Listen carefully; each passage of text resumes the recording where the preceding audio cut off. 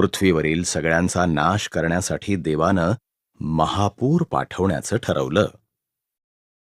होता तो इतर लोकांसारखा दुष्ट नव्हता. नोहाचं देवावर प्रेम होतं आणि तो त्याची आज्ञा पाळत असे. त्या महापुरातून नोहा आणि त्याच्या कुटुंबाचा बचाव करावा असं देवानं ठरवलं. पुराची पूर्वसूचना दिली.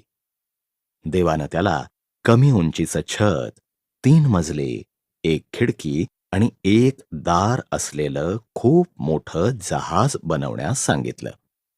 देवाचं आज्ञापालन म्हणून नोहानं ते जहाज बनवलं. मादी असे सर्व प्रकारचे प्राणी जोडी जोडीनं जमवावे हे देवानं नोहाला सांगितलं. मग नोहा, त्याचे कुटुंब आणि सर्व प्राणी त्या जहाजात गेले. देवाने दार बंद केलं. दिवस आणि 40 रात्र पाऊस पडला.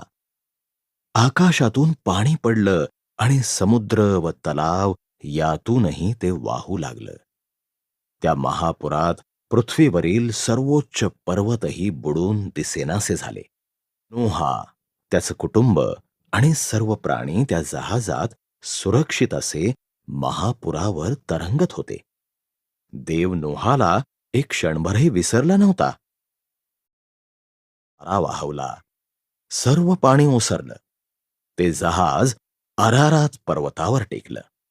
नोहानं एक कबूतर बाहेर पाठवलं. ते परत आलं नाही. तेव्हा बाहेर सुरक्षित आहे सगळं असं त्याला समजलं. झाल्यानंतर देवानं त्यांना बाहेर यायला सांगितलं. संपूर्ण पृथ्वीवर पुन्हा कधीच महापूर पाठवणार नाही याचं अभिवचन म्हणून त्यानं आकाशात एक मेघधनुष्य ठेवलं.